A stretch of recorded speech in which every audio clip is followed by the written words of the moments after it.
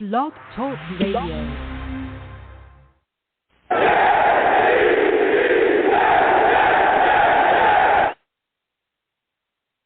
Well, what's going on, folks?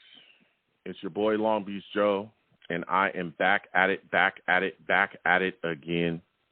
And here we are. After another embarrassing loss by the New York Jets, the New York Jets get beat by the Philadelphia Eagles at home, at MetLife, mind you. They get beat by the Philadelphia Eagles 33-18.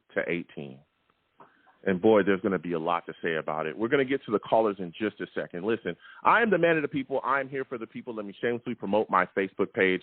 Everyone go on Facebook, search The Long Beach Joe Show. Like that page. My content's up there. Go ahead and give it a listen. Message me. I'll message you right back. I love going back and forth with folks about this football team. Also, leave me some feedback. I love hearing what you folks think I do here on The Long Beach Joe Show. So without further ado, folks, let's go ahead and get into the show. I am fired up. Your boy's on iTunes as well, all right? Your boy's on iTunes, okay? Long Beach Joe Show on iTunes. Go ahead, subscribe, leave me some feedback. Let me know what you folks think about what I'm doing here. I love seeing those 5-star ratings. Give me a rating. Let me know how you folks feel about that. You know, go ahead and subscribe again. All the podcast audio goes there. Also, you can go, on social media. I'm on Twitter as well. YoungJ000. Go ahead. Follow me. Follow you right back. Let's go back and forth. The show's page as well is The Long Beach Joe. The Long Beach Joe. Go ahead. Follow that on Twitter as well and go back and forth with me on there as well. Hit me up. I'll go right back and forth with you. Now it's time to get into it, folks. We got callers we'll get to in just 1 second. Let me tell you something. This loss today by the New York Jets was quite embarrassing. It was an embarrassing loss on multiple levels. And I'm going to start with how the day started for the Jets. Listen, we had things going early. Braxton Berrios had a big return to start. We got going offensively early. Wilson was able to run, make some moves, get some things going. After that return, the offense got flowing. Guess what? That turned into a TD early. So we were like, okay, everything's going well. Everything's going well. The Jets also, offense, kept rolling pretty early. We were able to get some touchdowns to Griffin. We were able to get a touchdown. Zach Wilson was able to run in for a touchdown as well. Zach Wilson on the day was 23 of 38, 226 yards on the football. He had 2 TDs and an interception late, and we'll get to that in 1 second. Let me tell you something. After the first half, things fell apart for the Jets offense. Couldn't get anything rolling. After that half, things just slowed down, and the Philadelphia Eagles were able to drain the clock. But that wasn't the worst part of the game. The worst part of the game was the Jets' defense not being able to stop a soul. I'm talking nothing, especially Goddard early. Goddard for the Philadelphia Eagles had a touchdown early in his football game, and Ashton Davis could not find a way to bring him down. He just launched his body at Goddard. Goddard ended the day with 6 catches, 105 yards, and 2 touchdowns. 6 catches. We could not do anything about him. As a matter of fact, we couldn't do anything about the running game either. Miles Sanders, 24 carries, 120 yards on the day. Gainwell, 12 carries, 54 yards on the day, and a touchdown. If you want to see what it looks like to be a horrific tackling team, watch the New York Jets against the Philadelphia Eagles. Nobody could tackle at all. Finch was horrific all day long. And when it wasn't bad tackling, when they weren't giving up first downs, then guess what they were doing? Causing defensive penalties, doing bonehead penalties to then give the Philadelphia Eagles yardage.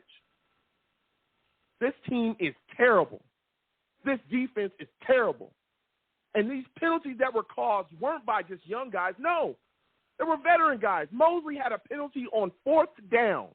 On 4th down, he gets an encroachment penalty, which gives the Philadelphia Eagles a first down. Insanity how bad the New York Jets play. Our defense was awful. Our second half offense was awful. But our kicker, oh my God, our kicker, and I'm going to get to it right after this take, I'm going to the callers because I want to hear from the people. Tessman, we just brought in Tessman because we got rid of Amendola. Amendola was awful. This entire season, he was terrible. We just got rid of him. When we cut him, we bring in Kessman, he wins the open competition. Then guess what? He dumps on us in this game. Misses 2 early extra points. We lost all faith in him. He is garbage as well. This football team is a mess. It's a mess. We looked completely ridiculous out there. That defense was completely outclassed in this football game. Outclassed. There were some bad calls by the referee, bad no calls by the referees in this game as well. And we're going to get into all that. I'm going to get to the callers again. 515-602-9639. 515-602-9639 is number. Call in. We're talking everything about this game. This Jets defense is awful. First caller I'm going to, CT, I'm coming directly to you. Shaq, hold on a second. We'll get to everybody. CT, I'm coming directly to you, my friend. Salutes to you, CT. I want to thank you for calling in today. CT, watching this game against the Philadelphia Eagles, give me your thoughts on the performance of this New York Jets defense. My thoughts, bro, first salute to you.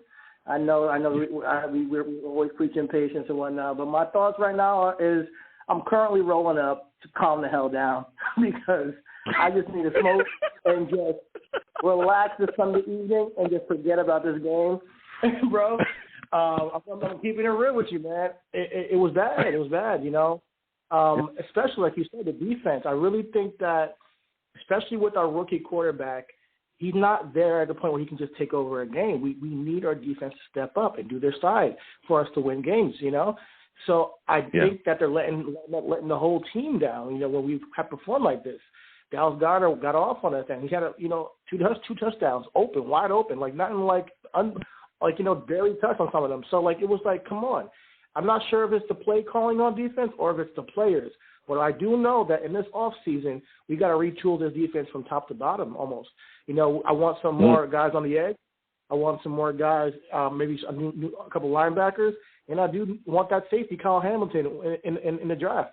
You know, maybe we get some guys on free agency and then, retool this whole thing. Because for us to win games next year, we're going to have to get some real studs on the defensive side. Yeah. Now, sticking with the defense, I know you talked about safety. Speak to me about Ashton Davis's play today, because I'm still surprised that this guy has been in the league for this long and still doesn't understand how to tackle. Does it shock you? Ashton Davis, bro.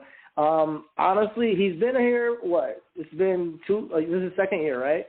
So it doesn't shock me per se, but it definitely is alarming that he's not he came in as a raw talent. He didn't come in as a guy who, was elite at his position. He was a raw talent that we're supposed to develop.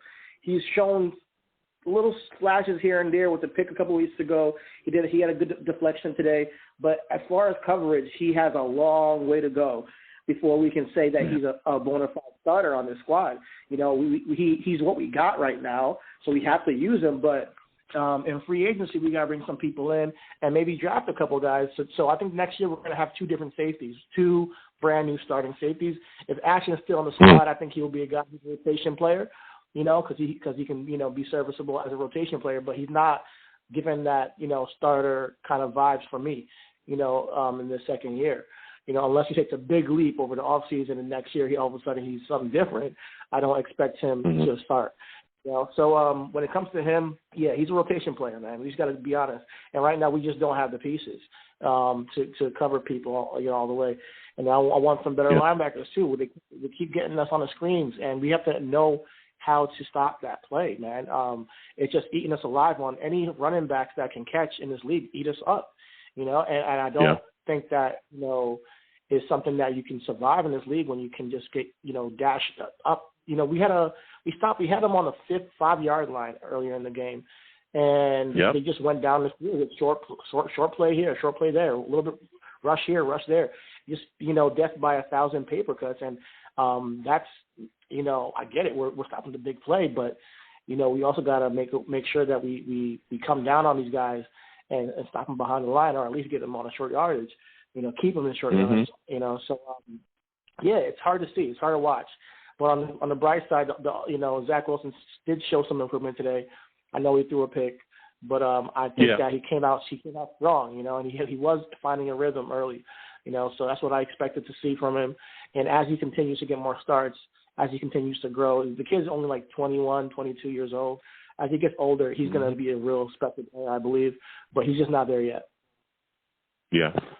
Now, listen, I hear you there, and I'm so frustrated with this defense and the way they played as well. Again, they gave up 100 yards, 120 yards to Sanders on the ground as well. We all talked about the Philadelphia Eagles running game being a big part. Again, Jalen Hurts was the guy we were worried about. Gardner Minshew ends up starting. He's 20 of 25, 242 yards on the day, and he had 242 yards throwing the ball. I mean, he was able to go out there, and like you said as well, there were guys wide open running our secondary. We gave up a 3rd and 19. A 3rd and 19 to a guy that was running around wide open. It was unbelievable. It's unbelievable. I completely agree. Our defense has to step up in coverage. They just have to. For the rest of these simple games, I'm going to be keeping an eye on that coverage going forward and seeing who we need to cut, who we need to keep, because it's just unacceptable. Even Pinnock, I know he's a rookie, but he let up a big score too. It's just not. It's just every week it's like this. So when it comes down to it, the reason why Mac Jones is going to the playoffs is because of the defense. I'm sorry, he's not better than Zach to me. He knows how to make short passes and all that stuff. But long term, I think Zach is going to be a better quarterback. But what he has is a solid, one of the top defenses in the league, and that's why people are just pretty much I'm not going to say what I was going to say, but they're all over this guy, giving him mad praise because he's special. But it really is that defense. But they're on his junk, and the media just on his junk. And I'm like, chill, like it's his defense. But here's the deal, though. When you talk about that Patriots team and you talking about, that defense, we also need to talk about the coaching, right? That Patriots staff holds their defense to expectation, right? They hold their defense to standards. What we're seeing here is again, like you said, like we talked about this game. Yes, they blew. There was a lot of blown coverages. There was guys just wide open. There was guys running around that wouldn't make tackles, right? We saw, again, Goddard had a day against us, 106 yards, 2 TDs. We also gave up a bunch of yards in the ground as well with Sanders having 120 yards. Yet again, that's another running back that has 120 yards over us. But another thing that we saw this game was the bonehead defensive penalties continuing to help extend the Philadelphia Eagles' drive. We saw it on 4th down. We saw it on 3rd down. We saw it multiple times, pass interference. But hold on, CT, and I hear you. Hold on, CT. It wasn't the young guys, right? Because that's what we talk about on a weekly basis. We say we're a young team, these young guys, they got to learn. Okay, no, these were veteran guys making penalties. These were veteran guys causing issues. This was Shaq Lawson. This was Mosley getting a penalty on 4th down when it was clear as day that they were just trying to draw us offside. He gets the encroachment penalty. That is egregious. If guys are not going to play up to standards, if guys are not going to do what they need to do, if guys are going to have bonehead penalties and cost this football team in critical situations, they need to be held accountable. And that's what blows my mind with Sulla. It seems like he doesn't. Give me your thoughts on that, CT. So I'm not going to say he doesn't hold him accountable because we don't know what goes on in the locker room. He's a guy who doesn't do it publicly. But I definitely think we consistently see them come out and do it, though, CT. We consistently see these guys come out and have the same penalties.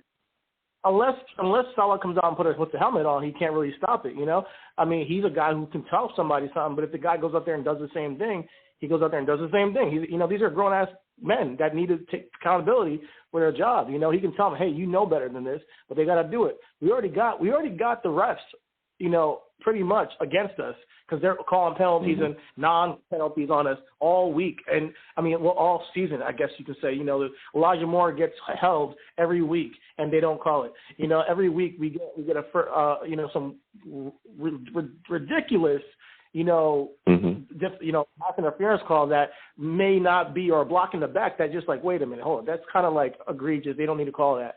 Every week they do it to us. So we can't afford our defensive veterans, especially like you're saying, to go out there and make boneheaded mistakes. I'm really disappointed in Mosley, although he's one of our best players and he was all over the field today. He made some great tackles. I'm very disappointed on, especially 3rd and whatever it was, 3 yards. Yep. Do that, better than that, man. And I'm sure he knows. I'm sure he feels bad about it. He's an accountable guy, and as a leader on this team, he's probably going to hold himself to that standard of losing this game. And I expect that from him. So we'll see going forward on how things move with a defense. But today was a tough one, man. I hear your frustration. I do. Yeah, it was, CT. Listen, my final question before I let you go, because the line is hot, and again, we'll get to everybody. Shaq, 702, and Venom, we'll get to you in just a second. And my final question before I let you go, CT, what do you do at kicker at this point? Are you getting rid of Kessman after this week as well? Are you going back into the pile and trying to find a kicker? Quick answer, what are you doing? Yes or no, are you getting rid of Kessman? We are in kicker purgatory, man. I don't know. I don't know. Come on, give us something. Come on, give us a take. Yeah, I would find yes every no, kicker. I'm cutting everybody at this point, man. Like, get somebody. Come on. Like, I have no idea. I'll put Braden Mann as kicker. See what he can do. I don't know. But at this point, we got to draft or get something in free agency. But before then, yeah, I would sign somebody from a practice squad that you guys can just take a swing on. You know? Yeah. Listen, CT, I want to thank you for calling in, man. I got to get to these lines. You have a good one, man. Next show I want to hear from you, all right? Have a good weekend. All right. Listen, CT calling in. We're going to keep getting to these lines. Again, 515-602-9639. 515-602-9639 is the number. Call in. But before we get back to the lines, I got to salute to my guy GM with a big donation. I said the big donation.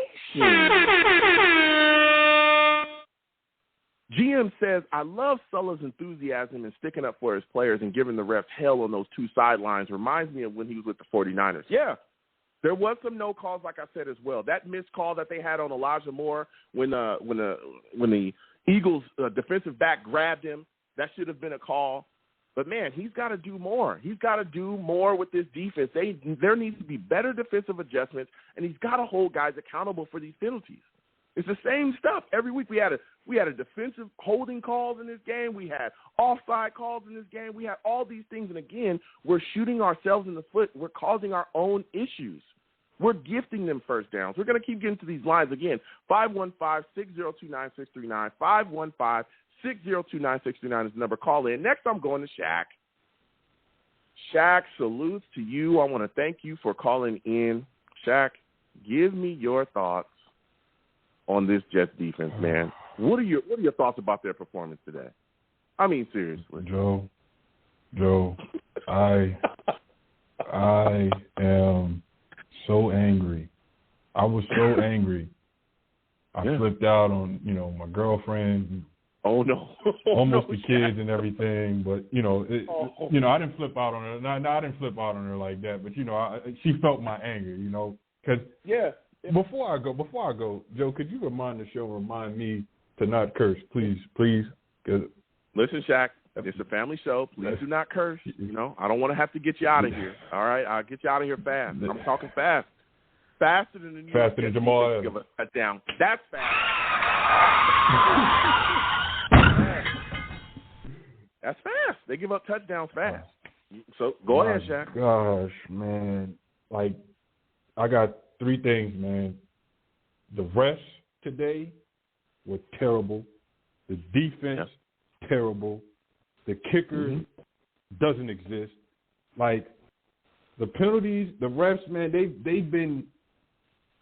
It's so hard to watch Jets games, and I commend you, Joe, for watching these games for me, because I don't watch the games because of situations like this.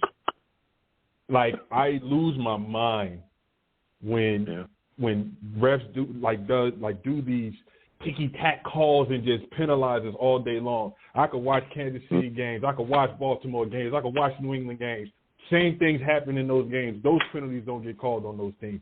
But because we're the Jets, we get calls like that. The Shaq Lawson call and the C.J. Mosley call, cool. I can accept that. That's us.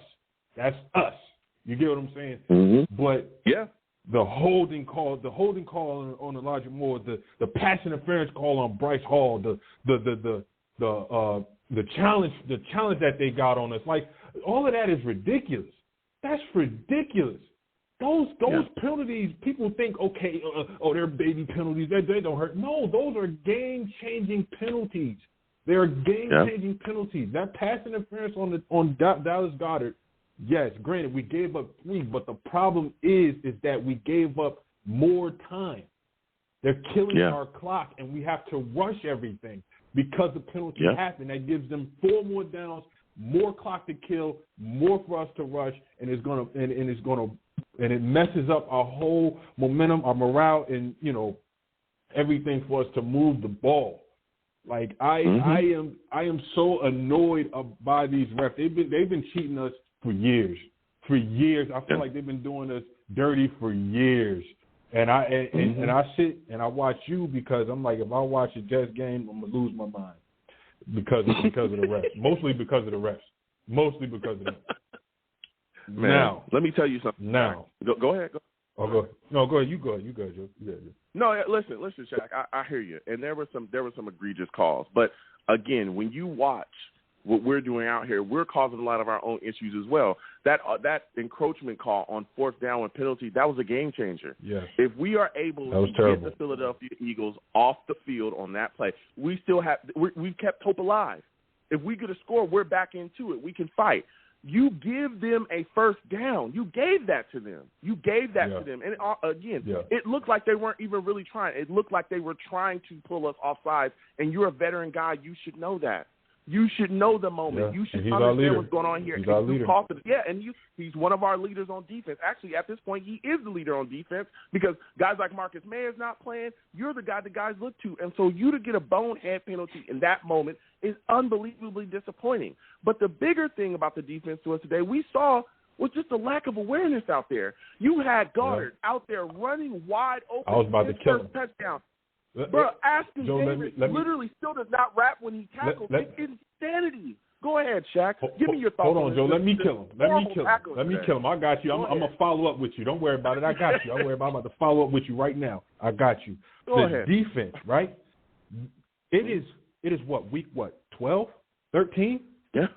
And they've been getting killed by the same damn play all season. The same 2 or 3 plays. 2 or 3 plays. Draws. 0-1 traps. Why are we giving up plays up? Why are we giving up runs up the middle? Why? Why can't you adjust to it? I'm starting to notice. I'm thinking to myself, like, is it the players? And then I look, I'm like, it's not really the players. It's the way we're set up. It's the way the defense is taught. If you notice how the way when the ball is snapped, if you notice, everybody is rushing as if, it's a passing play or it's a 3rd and long. And they're rushing, and that's why they're taking advantage of that. And that's something that's looked like it is taught. And that needs to not be taught because Fadu Kasi is a run stopper. But when he's like every time they snap the ball, they're running past the ball. He's running past the ball. Bro, go for the ball, not whatever you're going for. Go for the ball. You're setting up bad You're setting up bad mismatches against guards on linebackers, tackles on safeties. Then that leaves us in an advantage, and we're giving up yards to bums. Yeah. They're not beating you deep. Who's scaring you? Why are you playing like we're playing the Kansas City Chiefs? This is Donner Minshew. This is Gainwell. This is Wes Watkins. Who is these guys? These guys? Why are we giving up these type of plays to these guys? There should be no reason. And then we give up a 3rd and 17. We let Gardner Minshew run for a 1st down. He's not even a runner. He's not a runner. And so now that brings, because the defense is so bad, our offense could only score so much. You get what I'm saying? Especially because Zach is coming back. He's coming back from an injury. It looks like he's still learning, and he still, does bonehead things, but, he's learning, and he played well the first half, regardless of what I say or regardless of what anybody says. He played well the first half. We just have to adjust. Whoever's calling plays on defense, if it's Albrecht, Saleh needs to get him out, get him off of it. Get him off. And if it's Saleh Salah we need to think about something. We need to think about something. I don't like giving up. I don't like getting gashed by a guy named Gainwell. I don't want to see that week in and week out. I'm tired of it. Yeah. And then another thing. This is a different thing. Mm-hmm. A kicker. Why we can't find a kicker? It's been 3 years. 3 years. And then you had the nerve to say he won a competition? What competition were you watching? Who was out there? Was it me? Was it you, Joe? Was you kicking out there, man? I could make those kicks, Shaq. I don't think it was me. It wasn't me. I could make it. Who was out there kicking that he won a competition? Even the punting game was looking weak today. The punting game was looking weak today. Yeah. I don't know what was going on with special teams. No. I cannot believe it. Don't get me wrong. Philly is a decent team, but giving up 30. Gardner Minshew barely missed a pass. He completed over 80-70% of his passes. Yep, 20 and 25. Are you serious? That's what we gotta watch on Sundays. If we gotta watch that on Sundays, we ain't winning nothing. I can promise you that. We're not winning nothing. Nothing. We will always stay in the basement. We will always stay in the basement, and teams and fans will always look down on us. Will always rip us. Will always rip us, especially if we don't adjust. We have to learn to adjust, man. You got to learn to adjust. Second half, it just looked worse. It's awful. And again, the Philadelphia Eagles came in. We knew they were a tough rushing team. Sanders, yet another running back, has 120 yards. Another over 100-yard running back. I mean, it was insane to watch this defense, and the lack of effort when tackling was apparent. So many guys breaking through. So many one-handed tackles. So many guys trying to Ashton Davis, yet again, with the old shoulder helmet special. It starts to make it again. Even during the game, I'm talking to people, and they're like, listen, we need Marcus May back fast as he can get. Listen, if Ashton Davis does not show us anything at this season, you better be looking to bring Marcus May back, because if you don't, there'll be a huge hole there at safety, and we'll be right back where we started with nothing back there. And like you said as well, Shaq, the kicking game, awful. We just brought Kessman in. This guy's trash. He's trash. Missed 2 extra points, completely killed all of the momentum that we had going. And then we had to go for 2-pointers. Then you couldn't trust him. It's ridiculous. The Jets need to figure out what they're doing at the kicking situation immediately. It is costing. It's been too long to not realize, like, hey, man, I know we need a kicker, but I'm not going to address it. Like, this is causing us games. This is changing momentum. This is killing morale. To watch these kicks being missed. Yeah. Now, Shaq, my final question before I let you. My final question before I let you go, because you're bringing the heat right now, man. Is give me your thoughts on the connection between Elijah Moore and Zach Wilson. We saw Elijah Moore pop today, 6 catches, 77 yards, a touchdown. Zach Wilson was finding them early when the offense was moving. How do you feel about that connection? Do you think they'll be able to really continue to build on this so it'll be a good, solid foundation for years to come? Yeah, man. The offense, man, it's looking real promising, man. It looked like it's carrying us, but you can see the growing pains in it. Since it's a first year thing, everything will gel soon. Mm-hmm. And Elijah Moore will definitely be the start, and he will help us. I just feel like we probably need one more thing on offense, probably one more thing at receiver, maybe. I'm not sure. I'm trying to figure out what can help this offense really, go consistently instead of getting like that, instead of making a stop here and there, to try to make up the lack of defense that we have to make up for that. So hopefully we get that one more thing on offense, and we'll be flying. We'll be going. Yeah, I mean, that one more thing could be an offensive lineman. Again, we suffered some injuries offensively as well today. Corey Davis went down. We'll see what happens with him going forward. He got that groin injury, but like you said as well, I think Zach Wilson, once he really gets into the flow, maybe his next year he'll really step it up. We'll get better, but there's going to need some improvements that need to be made. I mean, this team today, defensively especially, was completely embarrassing to watch. But, Shaq, listen, man, I want to thank you for calling in today. Next time I have a show, I want to hear from you, man. I got to get back to these lines. You have yourself a good one, all right? Yes, sir, Mr. Joe. Thank you for taking the blows for me. Thank you. I appreciate you, man. No problem. You have a good one, man. Peace. Listen, salute to Shaq calling in with the fire, man. We're going to keep getting to these lines again. 515-602-9639. 515-602-9639 is the number. Call in. We are taking all callers. Again, when you call in, please be patient. We'll get to everybody. The lines are hot. I want to make sure everybody gets their takes. You're not going to get a ton of time, but we're definitely going to get time to, speak your mind. And salutes to all the savages in the chat. You folks are the greatest. If you want to support the platform, please hit me in the super chat. If you don't want to hit the super chat, some people want to hit me in my Cash App. It's right there at the bottom of the screen. Also, please give the stream a thumbs up and share the stream as well.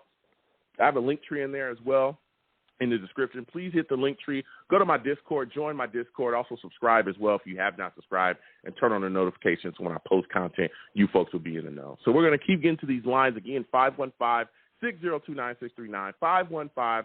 515-602-9639 is number. Call in. Next, we're going to my guy, Venom G's.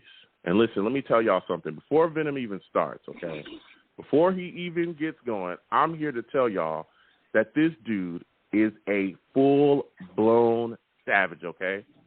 He's a savage, all right? He's a savage. Savage. All right? Oh, man. Savage. Oh, man. Venom. Where I couldn't wait to hear. Where do we start? Just, Venom, I'm going to give you the floor. I know you're frustrated. I've been talking about this Jets defense. Give me your thoughts on what they looked like to you today against this Philadelphia Eagles offense. How did you feel about the tackling? Joe, I told you this was the practice squad defense, Joe. Oh, man. It was horrible, man. It's horrible. And I'm giving up this season, man. I'm doing what the 49ers did the first year. This is what this reminds me of. The 49ers first year, where they had their defense wasn't good until they got pieces, man. And you know what? I heard Rex Ryan speak something when he was speaking with Saleh, and he said something so interesting. And he was like, "Yo, when I came over, I brought Jim Leonard with me at the safety position. I brought Bart Scott with me at the mid." So he said, yeah, I had different pieces at each part. At the back end, I had Jim Leonard, and Saleh didn't bring these guys with him to be the head of these different parts. If you had a safety from San Francisco, you should have brought him with you. If you had a middle linebacker with you, you should have brought him with you. So now they could translate on the field what you're seeing with Rex or what Saleh's thinking and how this plan is supposed to be played out. Right now, it's just all rookies, and nobody knows how this game is supposed to go. So everybody, and you can see it a lot happening where even with Mosley today, he's trying to do so many other people's jobs. He's like, oh, damn, Quincy isn't in the right position, so I got to fill this gap or I got to run this way because everybody's so new into this game. And by the time you get comfortable with somebody, he gets hurt and he's out, and now you got somebody new in there, and you're back at square one again. It's like everybody that we had where the roster looked competent, it was like, damn, we Carl Lawson gone. We have Marcus May gone. So every level is now nothing but practice squad players at that level. Ashton Davis is a stone-cold bum. He needs to get him out of here. Get him out of here, man. If I see him throw his shoulder in somebody again, he dives for the play and knocks down Mosley. Oh, man, I don't even, let's stick there. At the beginning. Let's stick there, though, Venom. Let's stick there, though, Venom, because, listen, we've gone back and forth, right? And we've talked about Marcus May, have we not, right? And I was a guy that said, listen, I know a lot of people want him gone, and I at a point, look, if he wants to go, fine. But can you comfortably walk into this offseason and say, okay, goodbye, Marcus May, with what you're seeing out of Ashton Davis? It is critical for Ashton Davis to pan out. It's critical. I'm telling y'all this right now. I'm looking you right in y'all faces. This is not some hyperbolic take. I've been saying this. It is critical for Ashton Davis to pan out, because if he does not pan out, we have a hole, a wide open hole at safety. No. We have no players to fill it. If you let Marcus May walk and Ashton Davis doesn't pan, we are in trouble there as well. Go ahead, Bill. Go ahead, Bill. Yes, we are. Yes, we are. I said we should sign him to a long-term deal. This kid, Ashton Davis, is not it. You gotta. Oh man, these people. He is not it. He is not it. Get Ashton Davis out of here. Bring Marcus May back, and you see it doesn't. The explosive plays doesn't happen. Those angles that Ashton Davis takes, Marcus doesn't. He eliminates these plays from happening, and I don't know what they're thinking. And I understand last year the kid was hurt. He was hurt, so this is maybe his. And he was hurt half of this season, so he came in and he's trying to figure it out. And the only way you can figure it out is getting reps. But I don't need to see these type of reps. You need to sit him down and say, hey, somebody else show this guy how it's supposed to be done. Because he's not doing it, man. He is not doing it. And this is the growing pains of having this type of team right now. I don't want to speak to the future, but we're going to have to do a lot in this off season once everything is done. We're going to have to bring some big name talent in here. And Joe, what you think about this defensive line, man? Because I'm sick of seeing week in and week out that they get gashed so much for all these yards. Yeah. Every Todd Bowles, we were in the top 10 running defense. You know, even with Gase, they wasn't running on us like this. What the hell's happening now where everybody's just teeing off on us? And the defensive line, the names look good, but the production sucks, man. Yeah. I mean, today I know that we were – yeah, listen, I know today, Venom, we were without Rankins, but Quentin Williams is still out there. You know, we like you said as well, we got Fadu Kasi out there, Nathan Shepard out there, Blair was out there. We have enough guys up front where they should be able to stop the run, but we just consistently get gashed. We get gashed. And there's no answer for it, and there seems to be no defensive adjustments at all either as well. This is, yet again, another day where we give up over 100 yards to a rusher. Miles Sanders had 120 yards. Yeah. Go ahead. They did adjust because what happened was what they did in the first half, the tight end killed them. The second half, they adjusted to eliminating the tight end. But now the running game was wide open, so they have so many guys in coverage on the back end. And the first half, they were so – they wanted to stop the run, so the tight end was killing them. At the second half, you see everybody so far back that the running game is just running crazy, and the screen game is killing us every time. It's like this defense is either one or the other. It's either one or the other.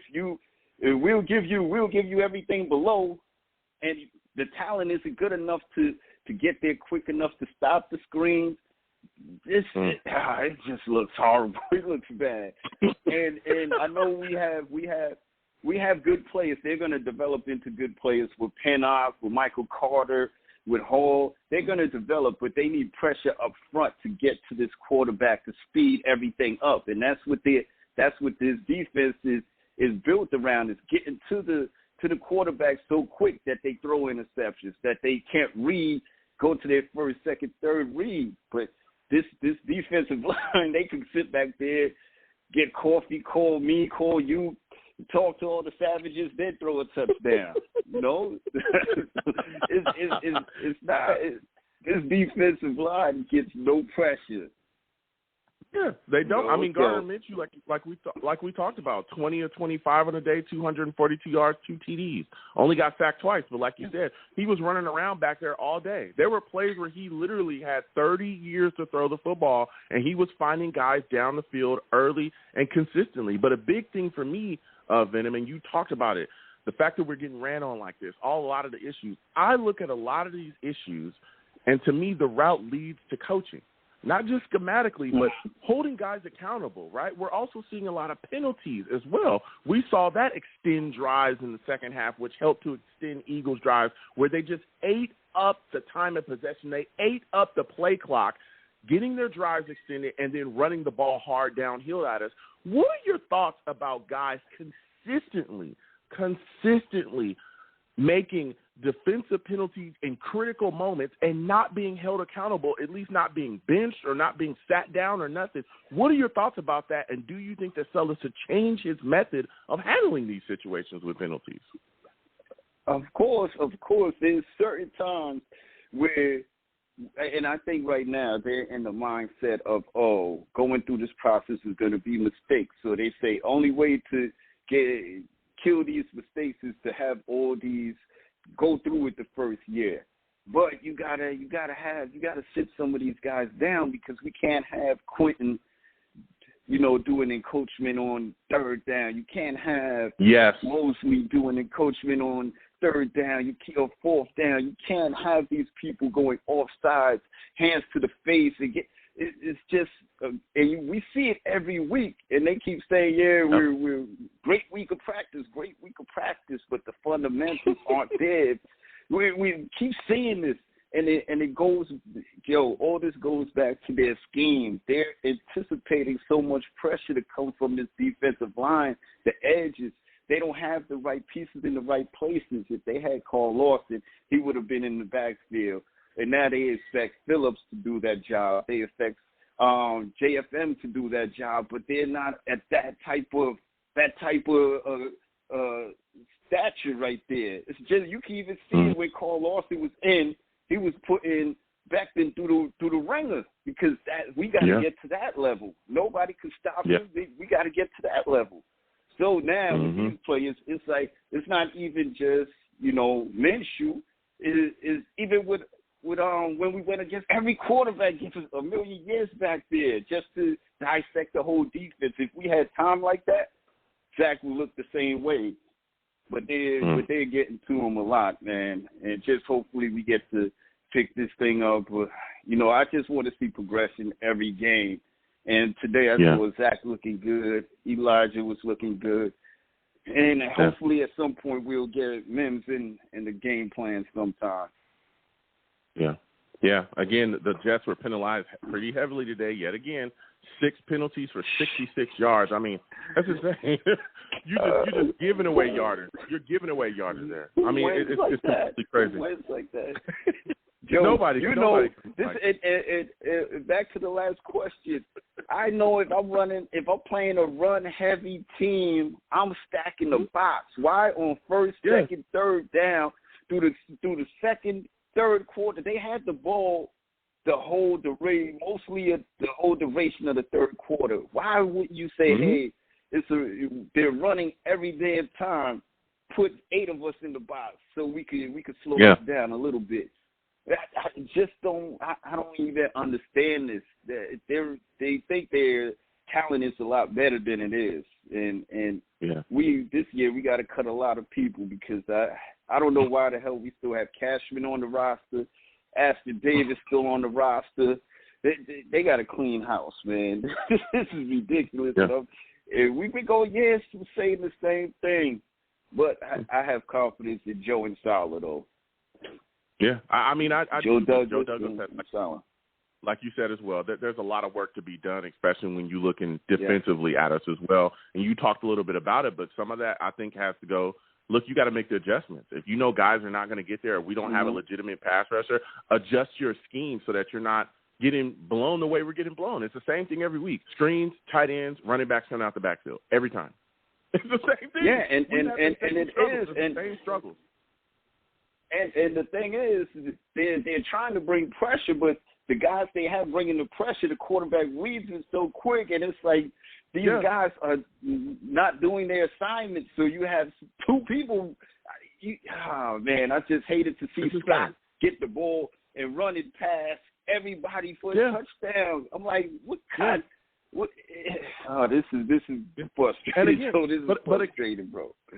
Yeah, it is. And again, Venom, a lot of that stuff, a lot of the plays that the Philadelphia Eagles were making and getting long gains and touchdowns, a lot of that was effort, too, because that Gainwell play where he ran through like 6, 7, maybe 8 Jets that couldn't tackle him. It was like, come on, these are arm tackles that these guys are trying to do. Of course he's going to break them.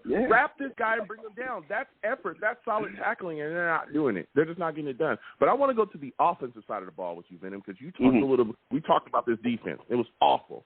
But the offense, I want you to give me your thoughts on what you saw out of Zach Wilson today. I thought he had a great first half, but things really bogged down in the second half. We saw the interception as well.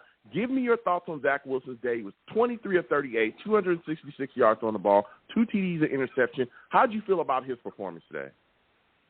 I thought, like you said. You said it, right. His first half was amazing. I think he was 9 or 10 the first half, and then he just went. We go too pass happy. We get too pass happy, and Coleman was doing a good job running the ball. It's just little things where Mims with the block in the back after that 17-yard run. We just can't have things like that happen. But when Mims isn't out there, you can't.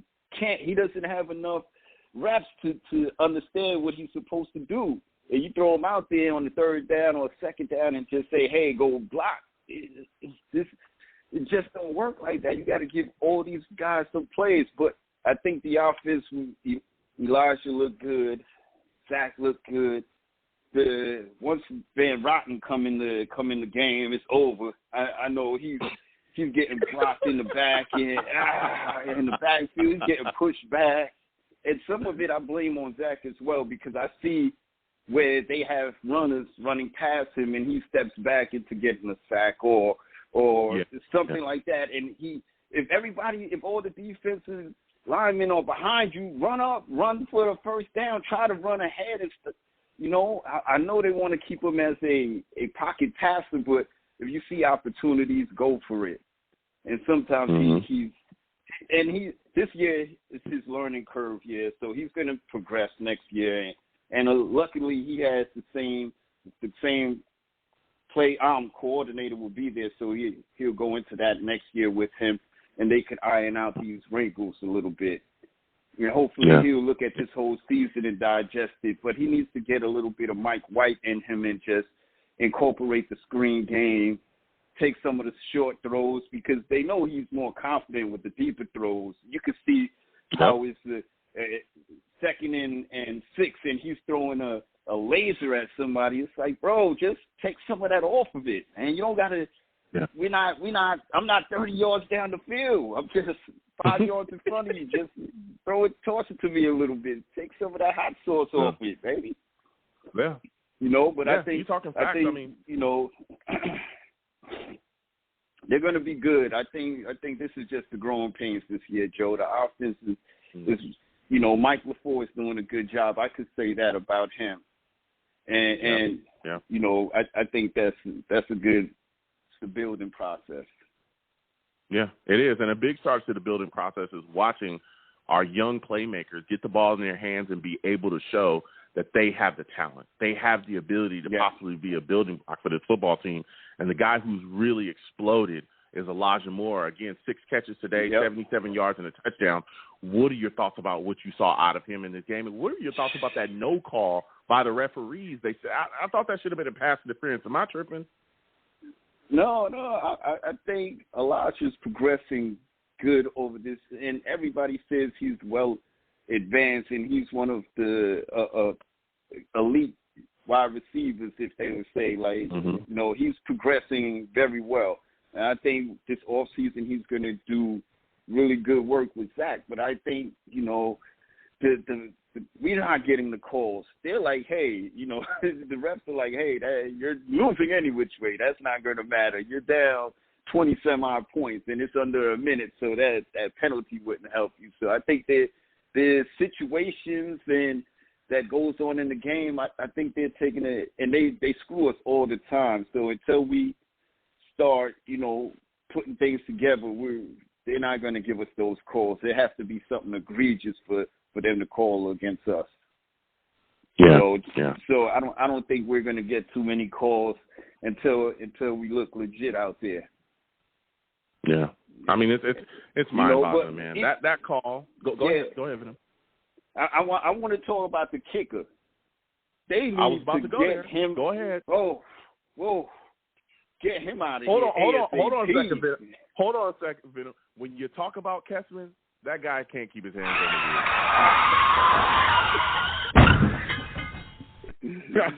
That guy's a car wreck.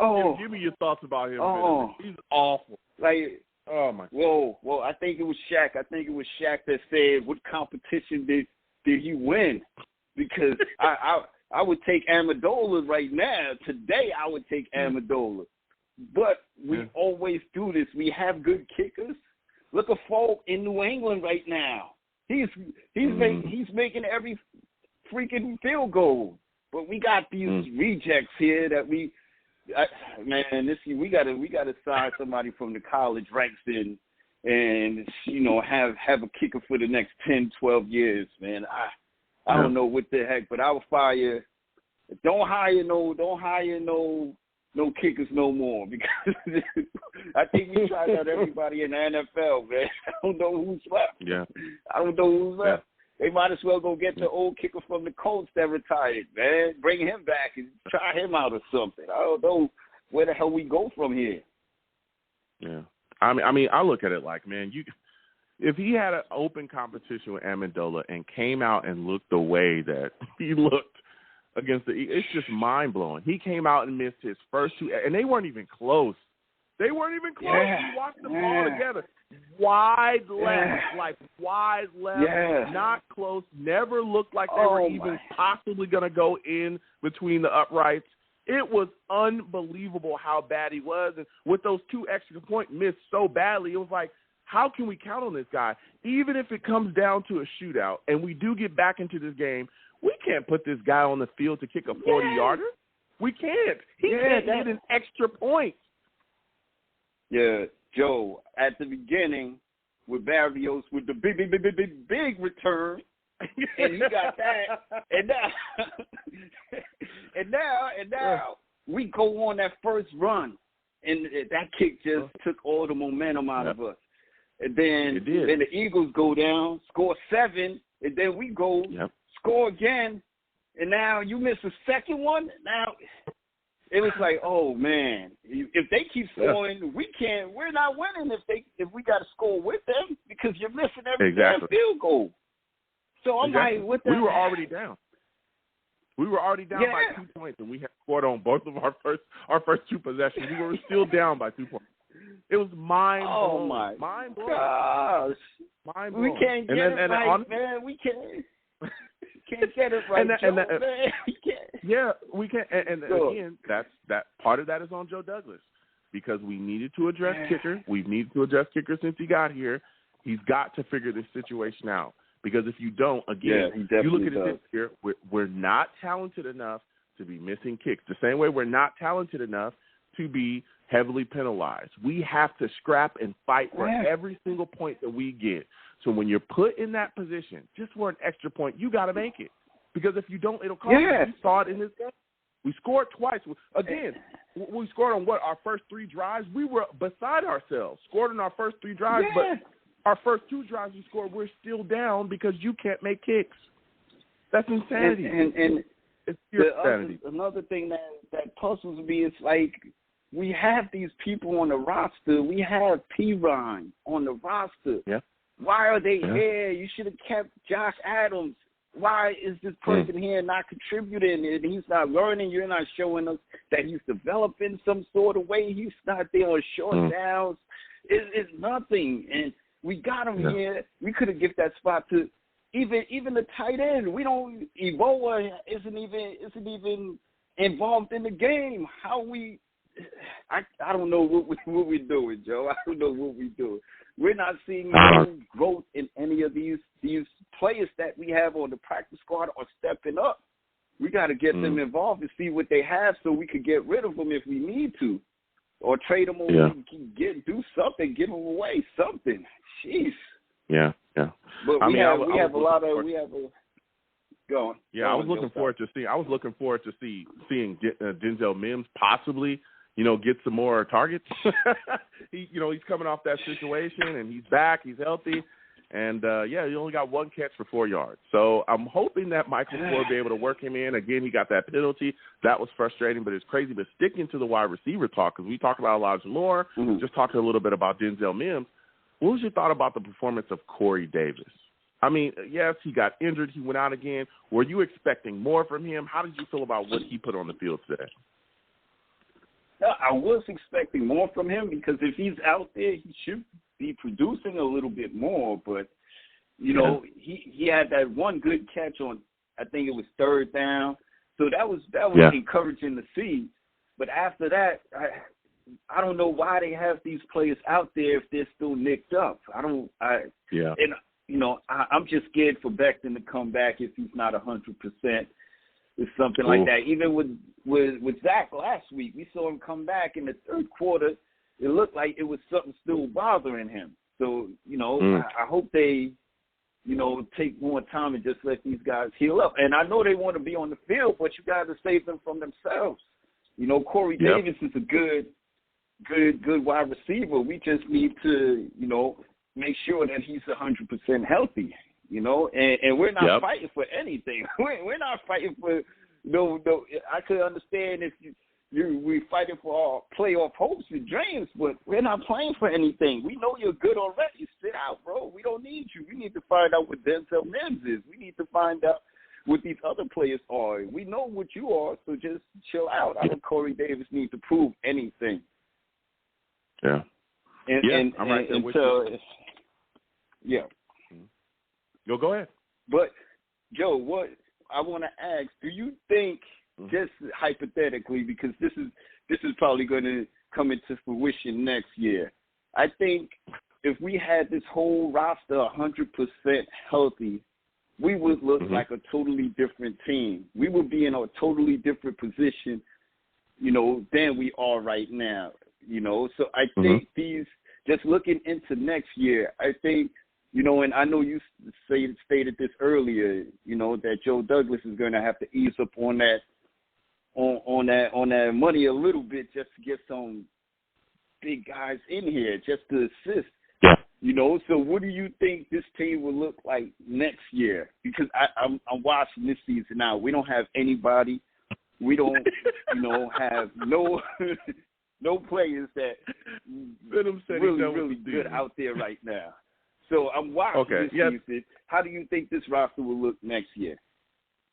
Yeah, here's the deal, and I understand people talking about injuries, right? But this is the NFL. Injuries happen, right? We saw this same Philadelphia Eagles franchise that we just played won a Super Bowl with a backup quarterback, right? One of the biggest injuries they had. Once Wentz went down, they said, you know what? The coach at the time adjusted his scheme, said, I'm not going to stop. I'm going to keep my feet moving. And they had various other injuries as well that season and was still able to push and win a Super Bowl. Injuries happen in the NFL. You have to be able to play through them.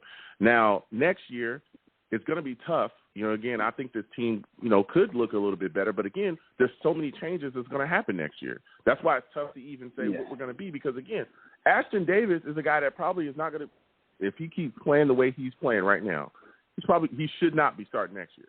He shouldn't be a starter. Yeah. Our kickers should be different, right? Our kickers should be different. We should have different offensive linemen. The draft coming up, there should be added pass rushers. You should add offensive line in there as well, depending on who we get in free agency. And it was a great point that you brought up. Like you said, I said it earlier.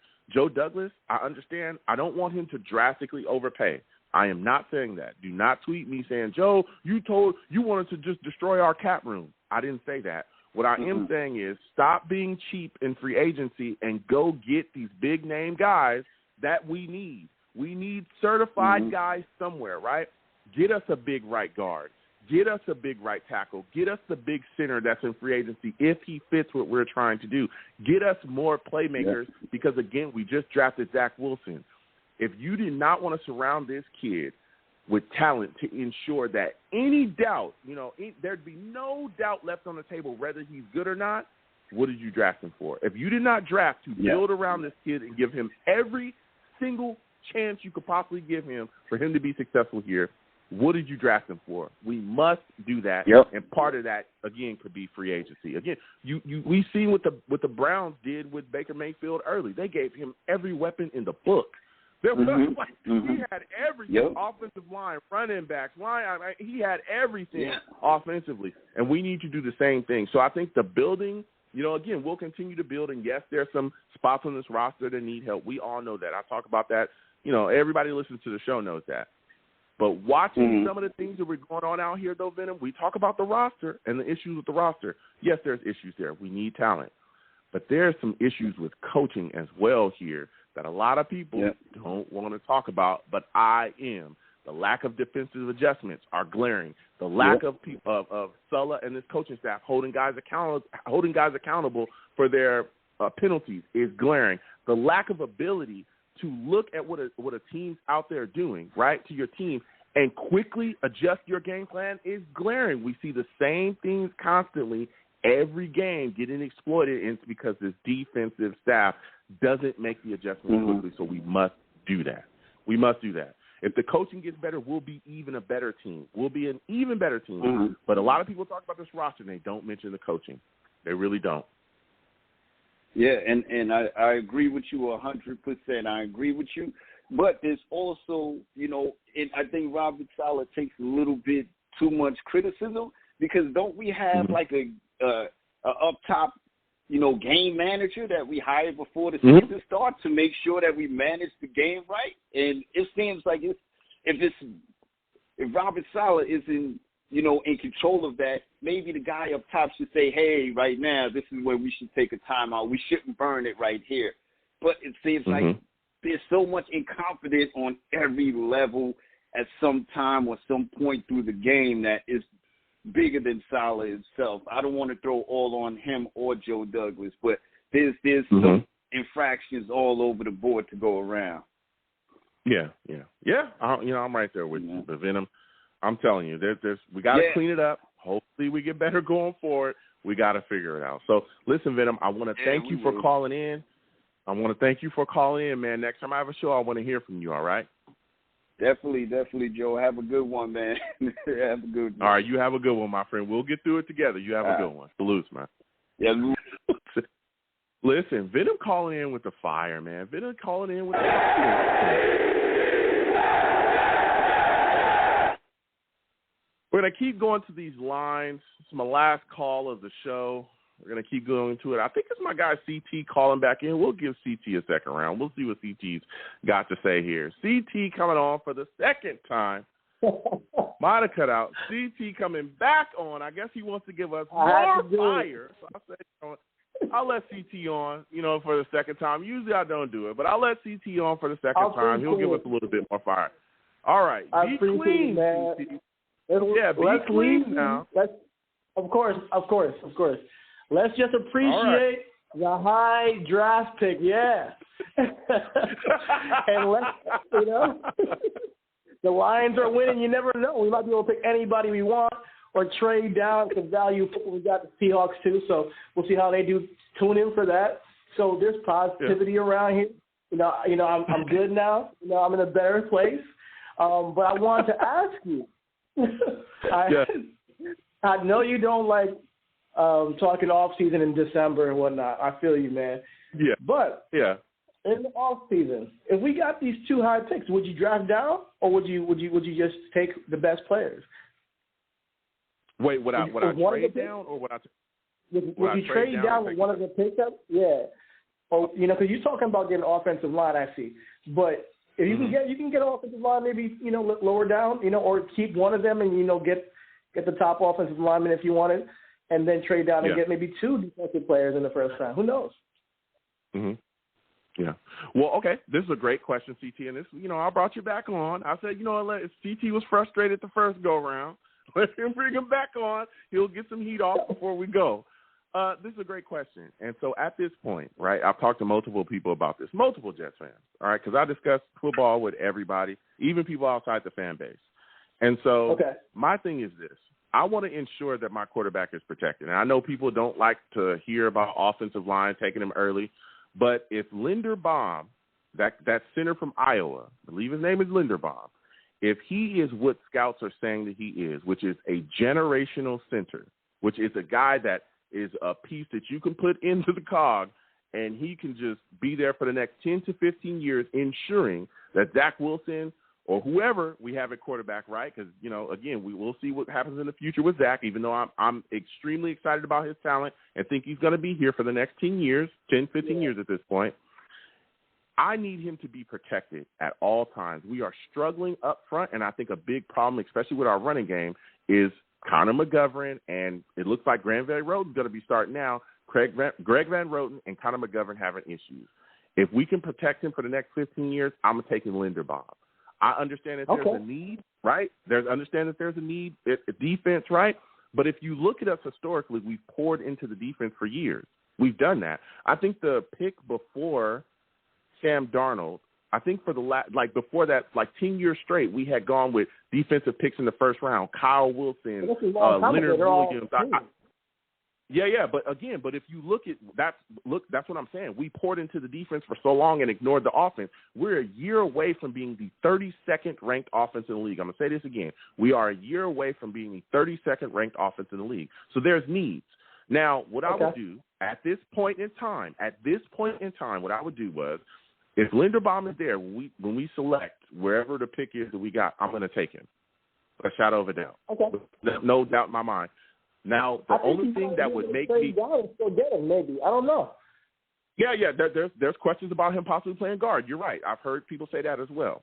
Now, the only thing that would make me a little bit maybe twitch at that is if Kayvon Thibodeau is there. But in my mind and everybody else's, Kayvon is gone at number 1, so it's not even close. I am taking Linderbaum. Now, that second pick in the first round, Seattle keeps losing. Things keep looking even better, baby. Hey, Seattle, how do you like that Jamal Adams trade? How did you like that trade? You like Jamal Adams? How you like how he's playing? Give me another one for Jamal, man. Boy, that making a trade never felt so good. You know what I'm saying? So, when you look at that pick, that's a pick that I could see us utilizing to trade down and then gain more capital to address the defense, right? I could see us taking a pass rusher if we move down and gain enough capital, taking a pass rusher, right? Take a pass rusher to help pair with Carl Lawson. Again, and a lot of people think that Carl Lawson is going to bounce up. He's coming off a torn Achilles. It may take some time for him to work himself back in. But if we get a young guy, right, and Carl Lawson back into the fold, and then we maybe add some rotational, low-level guys that can come in and rush the passer as well, that can make a difference. They come in fresh, just like back in the day when Rex had Aaron Maven. He was doing that, coming in, and he had impact for us. That will help our passer. The problem is we don't have a guy because Carl Lawson is injured. Okay, be clear. Don't tweet me and say that we don't have – I know we have Carl Lawson. He's injured. He's not playing. So we don't have a guy. I'm not talking to you. I'm talking to the guys that be on Twitter that be tweeting me. Joe, I said it. Carl Lawson is injured right now. So we don't have a guy, right, to rush the passer significantly every single stretch. So when we get him back, we get a guy in the draft, a young talent that'll be here for years to come, which ensures that you don't overspend in free agency for pass rushers, right? So you get one of those guys in, you bring in some low-level rotational guys to kind of fill that out, and then the rest of the draft you can continue to fill spots because you gain so much capital moving down with that first-round pick. Again, we have a multitude of mid-round picks as well, too, a multitude of those. So we can continue to build throughout. And Seattle's losing right now, so hopefully we can lose again and we can get a higher pick. You know, we're in a good spot in the offseason. We're in a really good spot. And I mean, Seattle took a really good year to have a bad team. No. Did you guys hear how CT slid in? Hope we keep losing. We'll get a higher pick. CT out here. Pay attention. CT is out here okay Seattle? With the Jets losing. No, Seattle. I said Seattle, bro. Seattle. Seattle's losing right now. Okay, Seattle. Yeah, okay. Seattle. I want the Jets to win every game if they can. But my whole thing is that we're in a really good spot in the draft right now, period. Yeah. We're probably going to have 2 top 10s, and no matter what happens, pretty much. So I'm looking at it like this, and I'll tell you this is my opinion. I want that first pick to be Kyle Hamilton. He looks like a Tyrann Mathieu to me. And in that second pick, you can trade down and possibly get a center and a center and an edge. That's what I want. I want those three pieces right off the bat. You don't got to go all defense, but we can get offensive linemen and an edge within the top 3 picks. But I want Kyle Hamilton and Kayvon is simple deal. I don't think we're going to get him, but if we're up there, then he can be the edge, and then we can trade down and get a safety and a center. That's how I'm looking at it. Mm-hmm. Yeah, I mean at this point, what Kyle Hamilton? Isn't he that kid that's from? I think isn't he that kid from Notre? He's a safety too as well, though, right, or something like that, right? Safety, yeah. If I'm correct, yeah. Here's the deal, and I've heard his name. I was just making sure that. I think he's at like Notre Dame. Here's the deal. Yeah. I understand it, right? I understand that, and I get it, right? But here's my deal is that, and he's a phenomenal talent, but I think that where we're at right now as a franchise, you cannot afford to take a safety that high. You can't. It's a position of non-impact, right? And again, he's phenomenal. Be clear. I'm not saying that he's a bad player. He's a great player. We cannot take a safety that high, not when you just drafted a young quarterback. You can't do that. You can't afford it. What are the 2 biggest injuries that we had this year? CT? But we went offense last year. We got Michael Carter. We got Elijah Tucker. They didn't give him nothing. They gave him some really good stuff. But it's not enough, though. Again, why do we go offense? Hold on a second, CT. Why did we go offense last year? Because our offense was that bad. Because we hadn't gone offense for years. That was the reason it was so bad. The two biggest injuries that we had this year was offense, right? It was Mekhi Becton and it was Zach Wilson. You remember? Was like 4+ weeks he had with a PCL injury. How did that happen? That happened because pressure was let up between the center and guard. They came straight up the middle and he ran. The play before he got hurt, we thought he tore his ACL. And then he popped up, right? We were all shocked. We were like, whoa, this kid is actually super tough, right? And then the second play he went down, we all thought that he actually had torn his ACL or his Achilles on that play. And we all felt overjoyed simply because the injury wasn't as bad as we thought. You cannot afford to have that happen to your quarterback again. You can't do that. You can't keep getting him beat up like this and expect him to succeed. I agree with you, man. Right? I agree with you. So I agree with you. Man. I understand that. I am addressing offensive line first and foremost. I get that Kyle Hamilton is a phenomenal player, and he is. He'll be a great safety in this league. He's extremely talented. But when you're at where we're at and we invested as much as we did and we got Zach Wilson, we were all overjoyed, right, getting this kid in the building. You must do whatever it takes to protect him, particularly in an offensively driven league. We do not have the luxury of taking a safety first. We don't. I hear you. But here's what I hear me out, man. Just hear me out. Listen, I got you. Like, I'll tell you. When it comes to the center and getting him talent first, I have no problem with it. I really don't. But I looked at the Zach injury. It's bad, and he had a tough run. First couple of games. But we just picked up LDT pretty much for nothing, and he's been pretty good as a right guard, right?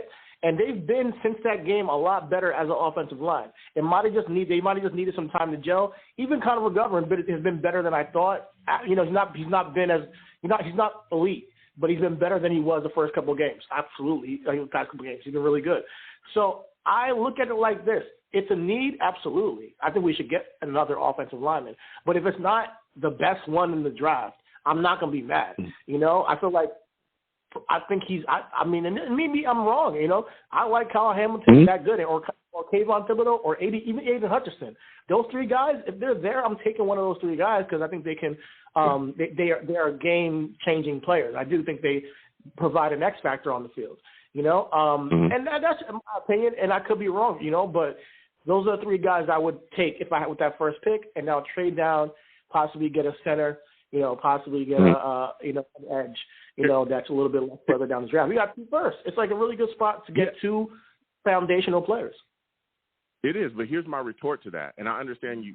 Listen, I get your take, and I understand you like, hey, there's other offensive linemen, and he doesn't have to be. I want the best. I am tired of getting the second guy, I want the best. Look at what we did in this last draft. We got the best 2 years in a row. We got the best 2 years in a row. Yeah, and that's the left side, and we need more. We need more offensive line. I want the best again. I want the best for my quarterback. That's what I want. I got you. I get it. Look, I get it. Like, I understand the love for Hamilton. I've gone back and forth and heard a lot of people screaming for this kid, and he's legit. but I want the best for my quarterback, and I want to make sure that he's protected. And like you just said as well, Connor McGovern he's okay. He's not a guy that's moving. And again, not only when you have an offensive lineman like Linderbaum come in, and again, if he's what people say, which is a generational center, when he steps in, not only does he stop the issues with Zach getting rushed, he also helps our running game. We haven't had a 100-yard rusher all year. Nobody talks about that. Nobody talks about that ever, right? But I'm talking about it because guess what? If you bring in Linderbaum and he pans out to be who he is, not only does he keep Zach from getting killed and keep him upright for years to come, he helps your running game as well, which makes Michael Carter even more deadly. And we didn't see this kid who we think is phenomenal. You see, why do we think he's phenomenal? Because he's avoiding guys that are in the backfield right when he gets the handoff. That's what he's doing. He's avoiding guys right after the handoff and finding ways. That should not be happening. We got to clean that up. I want elite offense. I want elite offensive linemen. I get that there's a need at pass rusher. We can address that later. But if we can get an elite offensive lineman here, I'll do it. And for those of you that will say you don't take a center that high, you don't take guards that high, listen, the Colts took Quentin Nelson at 6. Do you think that was a bad pick? The Colts, literally, their running offense is run behind Quentin Nelson. If you look at the game we just had, they had 239 yards on the ground against us. Jonathan Taylor had 170-something yards against us. The third quarter, they were running behind Quentin Nelson the entire time. He's a generational guard. Yeah. So if you do that's my big thing. And the reason why I'm so passionate about it is because we just watched Sam Darnold when he was here. What was the biggest issue with him? We couldn't figure out if he was good or not because he was getting blasted all the time. I do not want to. I don't want to leave any room for doubt. I'll give you this. If Zach Wilson doesn't pan, and I'll turn it back over to you in a second. If Zach Wilson doesn't pan, or if there's question marks about Zach Wilson, I want it to be because of his talent. I want it to be because he's kind of flaky with his throws. He's all over the place. Not because we don't know, he's not protected, or he's always hurt, or he has another PCL issue, or maybe it's his ACL next time, or maybe it's his shoulder, just like it happened with Sam Darnold. I don't want no question marks. If you trash dog, I want to know. That's all I'm saying. I'm not saying he's trash, but if you trash dog, I want to know. Go ahead, CT. Go ahead. I feel you make a great case, man, and I'm glad I called back in because I needed to hear that. I like because when it comes to Zach, like if you give him the best, I said it before on your show. I want the best offensive line in football. You know? So going offensive line 3 years in a row is very new for us as a Jets fan base. But hey, you know what? If it's gonna make the running game better, it's gonna make Zach better. I'm telling you, like I said, offensive line, edge, safety, top 3 picks. I'm fine wherever they take them. You know, and I'm really. But the cool thing about it is that we got 2 firsts that are very high. We can trade down and get more picks, or we can just get really good players that are early in the draft, surefire foundational pieces for this young squad. You know, but just wanted to tap in with you and just hear your thoughts on that. But I'm glad I got to hear you out on the center thing. I got to look at Linderbaum and see how he's been doing. Is he working? Is he with Pitt? No, he's not with Pitt. He's with what team is he on? No, he's with Iowa. Okay, my bad. Iowa. Well, let me tell you something. This kid, I watched a little bit. He is vicious. He is vicious, and he's exactly what we need up front. But again, I also a lot of scouts that I follow, a lot of scouts that I respect, a lot of scouts giving this dude is a generational center. I think he's one of the highest rated centers that there's been in like 20 years on multiple people's boards. This kid is supposed to completely change your offensive line, and that's what I want. Okay. I'm gonna go check him out. Yeah. So listen, CT, you got any more? We'll give you a second round. You got anything else you want to get off your chest? I'm good. I'm just wanting to tap in with y'all. You have a great show. Have a great day. And guys, hang in there. All you Jets fans, hang in there. It's going to turn around next year. Probably. Salute, Jets. Salute, CT. You have a good one, my friend. Peace. Listen, CT calling in with the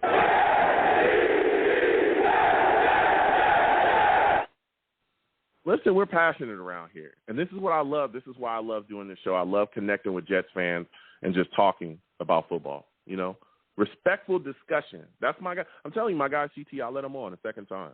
People come on a second time, but I knew he was hot. You could tell. He had some steam under his collar. He did. He had some steam under it. He had to let it go. And that's what we're here for. That's why we do these shows live after the game. Call in, be patient, and we'll get to everybody. You can let your steam out, and, you know, you don't have to be angry all week. Just come on, call in, let us know, yell. Don't curse, but yell, you know, and we'll hear you out. So that's my take on there. But we'll continue to talk about the offseason. You know, as the offseason comes, we're definitely going to continue to do shows during the offseason as well. So there will definitely be discussions about the draft, free agency, so on and so forth. But the New York Jets have quite a bit of work to do. So now with that said, I'm going to start to close out the show with a stinker versus the Eagles. 33-18. Defense looks horrific. Listen, I'm the man of the people. I'm here for the people. Let me shamelessly promote my Facebook page. Everyone go on Facebook, search The Long Beach Joe Show. Like that page. My content's up there. Go ahead and give it a listen. Message me. I'll message you right back. I love going back and forth with folks about this football team. Also, leave me some feedback. I love hearing about what you folks think I do here on The Long Beach Joe Show. I am also on Twitter as well at YoungJ000. Again, that is YoungJ000. All right? If you want to troll me, go ahead. I'll troll you right back. Go ahead and follow me. I'll follow you right back. I am the troll that lives under the bridge, and I will have my Vera Tucker jersey on at all times. At all times. All right? That's the SC guy. The best damn lineman that we have playing right now. Fight on. That's all I'm saying. I'm not saying much, but that's all I'm saying. All right? Go SC. You know what I mean? So he'll be down there. I'll be down there. You want to troll me? No issues. We'll go back and forth. I am also on the show's page as well on Twitter at The Long Beach Joe, at The Long Beach Joe. Go ahead. Follow me on that page. I'll follow you right back. You want to troll me? No issues. Troll you right back. All my content and stuff will be on there as well. I'm also on YouTube. For those of you that listen to me on Blog Talk, iTunes, they say, Joe, where can we see your face? Where can we see you do your thing live? Listen, I do a live radio show on YouTube. The YouTube is Long Beach Joe Jets. Long Beach Joe Jets on YouTube, okay? Go there, subscribe to that content, subscribe to that channel. Turn on your notification bell so when I post content, you folks will be in the know.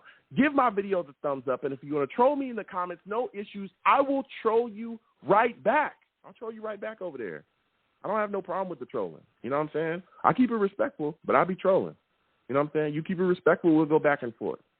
And as always, people, when you see me in person, okay, it is arms out, chest open, free hugs for everyone. Free hugs for everyone that will cost you absolutely nothing. Thank you for taking the time out of your day to listen and call into the show. Also, watch the game with me as well because we did a live reaction today. I want to thank you folks for doing all of that. Without you folks, I'm absolutely nothing. Thank you for taking the time out of your day to do all of those things. So I want to thank you folks for everything. Again, you folks have a good one. Peace.